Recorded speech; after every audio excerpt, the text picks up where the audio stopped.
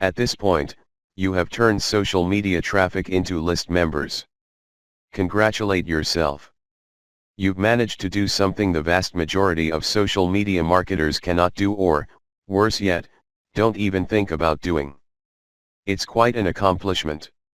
Unfortunately, even at this point, it's still too easy to drop the ball. In fact, a lot of people who have mailing lists stay with one mailing list. They think that as long as people who visit their blog sign up to their mailing list, they are good. Well, at a certain level, they're correct. A certain percentage of those list members will buy affiliate products that you promote on your list. A certain fraction of your mailing list will buy your original products. Some may even visit your online store and buy merchandise. But the problem here is that if you accept this scenario, you are settling for cents on the dollar. You really are. Don't you want to maximize the value of all the hard work, focus and energy you invested in your venture? Wouldn't you want to maximize your return on effort? If you want to get maximum results from your mailing list, you have to sell your list differently. There are really no two ways about it. Every other approach would lead to, at best, mediocre results, or, at worst, no results at all. Keep the following tips in mind. Use different content on your list. When people join your mailing list, chances are, they joined because they got exposed to some of your content. They already know what you talk about. They are already familiar with the quality of your content. They understand the themes that you focus on. That's why it doesn't make any sense for you to feature the same exact content on your list. Sure, you may make some changes. You might change the title, you might even switch things around, but people aren't dumb. They can see right through that. They can see that you are recycling content and feeding them stuff that they have probably seen before. Do you think this kind of practice builds confidence? Do you believe that doing things this way will build trust? Of course, not. You have to use different content. What kind of content will you have to use? Well, first of all, you already know what your most popular pieces of content are. Start with these. No, I'm not talking about republishing them. I'm talking about analyzing them and seeing where the gaps are. Are there any questions that are left unanswered? Are there any questions that were raised by the answers that you gave in those popular pieces of content? These should be enough to get your mind going as to the kind of finely tuned, high-value content that you're going to be sharing on your list. Remember, your updates are the ultimate reward to your list members. Sure, you may have positioned your squeeze page to reward subscribers with a premium, but once they downloaded that premium, they really have no other incentive to keep reading your emails. Do you see how that works? So do yourself a big favor and make sure that the update content you send is the reward.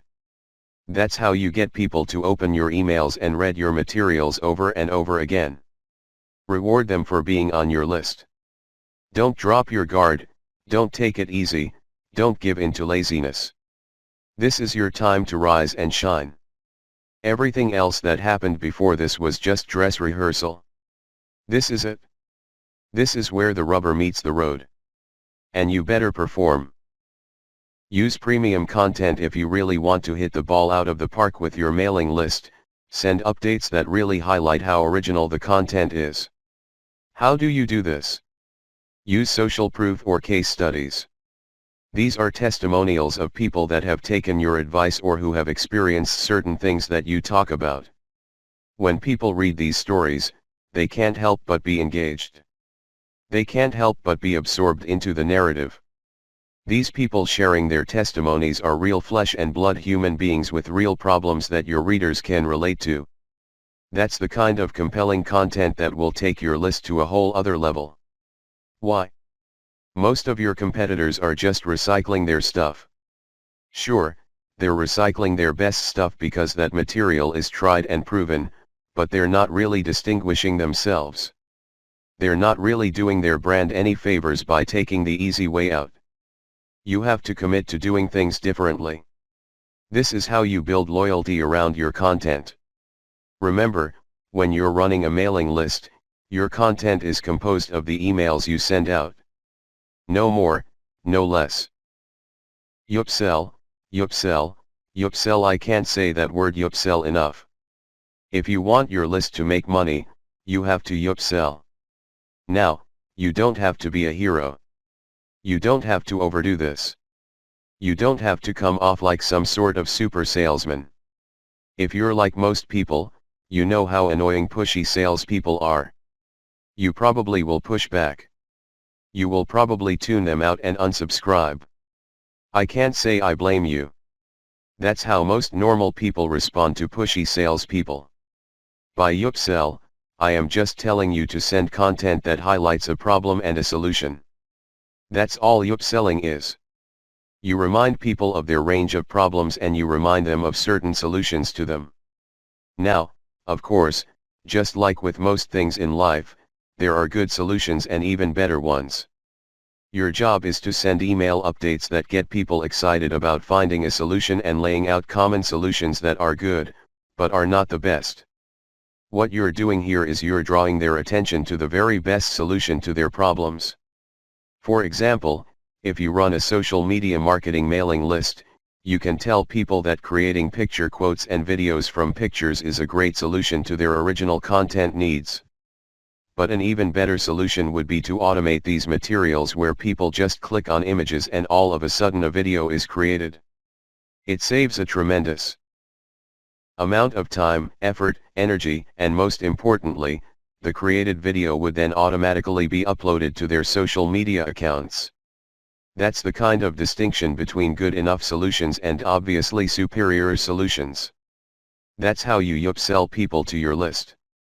You're still providing value, you're still answering their questions, you're still addressing their needs, but you're laying out a range of options.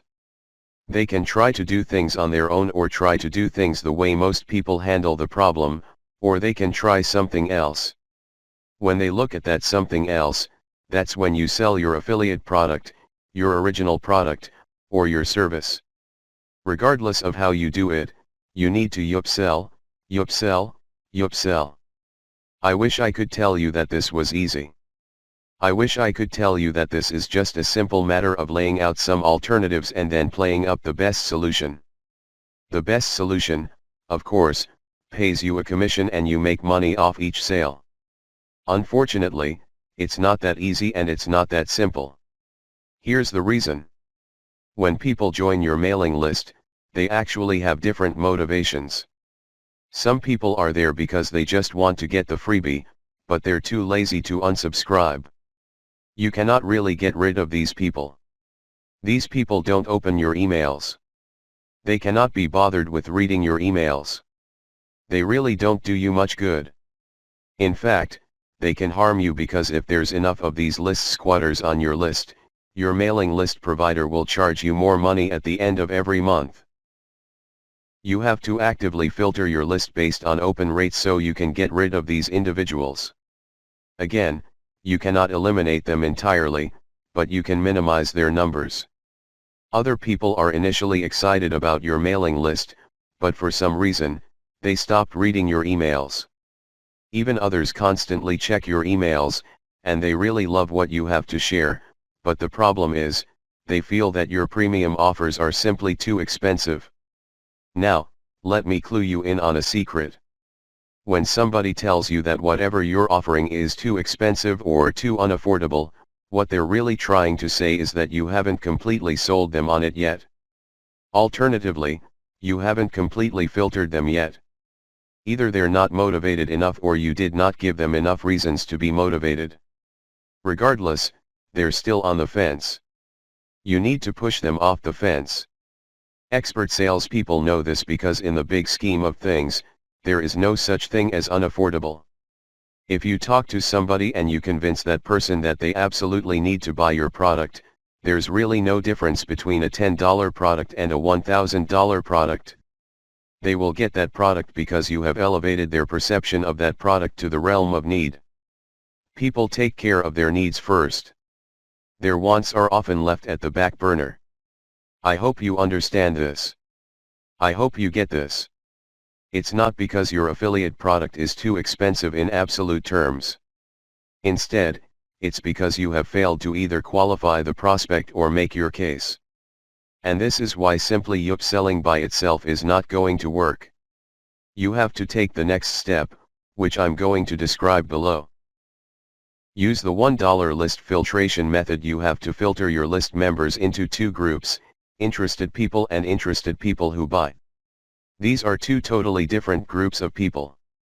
Now, please understand that just because people open your emails religiously, it doesn't necessarily mean that they would buy from you. Like I said above, maybe you did not present your case properly.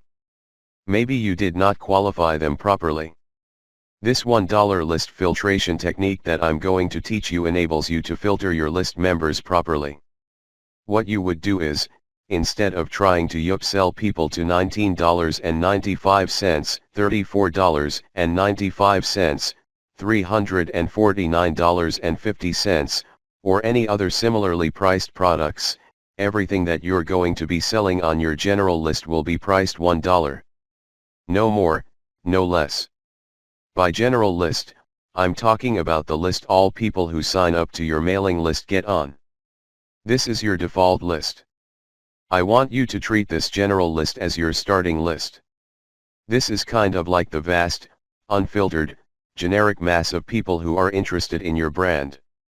When you upsell people using $1 offers, you enable people to segregate themselves based on their motivations. These are people who are motivated enough to spend $1. In other words, they see the value in your content and they are willing to put their money where their mouth is. Now, here's the secret. There's really very little distance between paying $1 for something and paying $100 for something. This is a lesson I learned firsthand. When I first tried this, I thought the only people that will get on my dollar list are cheapskates. These are misers. In the back of my mind, I thought that they're just not going to buy big ticket items. Boy, was I proven wrong. If somebody is able to psychologically hurdle the distance between $0 and $1, they can, given enough exposure and enough content, hurdle the difference between $1 and $100. This is not theory, nor is it speculation. I see this all the time with my own two eyes. Your job is to filter your general list. You're basically telling people, when you run these $1 offers, to prove to you whether they are just interested or truly interested. This is a self-segregating mechanism. Use it. People who sign up for your general list are interested in quality content. That's what they're there for. But only a fraction of them would actually be willing to pay money. You make your money off this golden fraction. You use your buyer's list to make real money. Again, you have to sell to your list differently. This applies to your two types of mailing lists as well. Your general list, they get quality information that is distinctive like social proof and case studies along with upsell messages. Your buyer's list, on the other hand, get more in-depth material with higher value upsells. Again, if somebody's willing to go from $0 to $1, you have a tremendous opportunity to get that person to go from $1 to $100, $1,000, or whatever amount you want. Now, keep in mind that the higher the dollar value, the lower the conversion rate, but you get the point. You have to get people to segregate themselves based on their readiness, willingness, and eagerness to buy. And since $1 is essentially friction-free, this list filtration method works like a charm.